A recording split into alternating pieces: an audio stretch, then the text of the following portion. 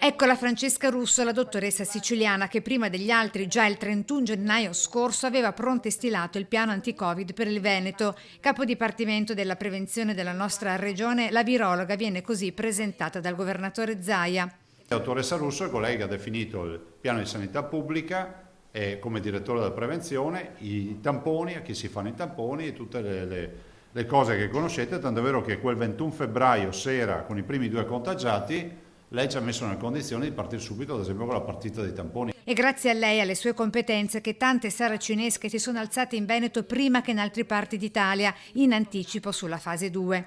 Ed è sempre lei a spiegarci cos'è e come funziona il famoso modello Veneto, che con i suoi 14 laboratori di microbiologia, compreso quello dell'azienda ospedaliera di Verona, ha esteso per i sintomatici il previsto periodo di quarantena. Io 3 giorni fa, ho mandato una lettera a tutte le aziende ULSS per rafforzare la sorveglianza.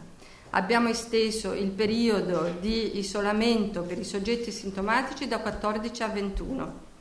Abbiamo detto che tutti, anche i soggetti asintomatici, contatti occasionali, di valutare di fare il tampone. Spiega quali sono i famosi indicatori chiamati di risultato, con il trend dei malati e il dato R con 0 che indica cioè quanto la malattia sia contagiosa.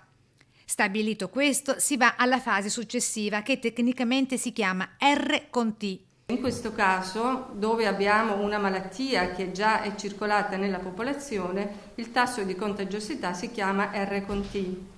E secondo le indicazioni del Ministero e le indicazioni naturalmente internazionali, questo R con T, per collocare una regione in una fascia di bassa contagiosità, si deve mantenere al di sotto di 1.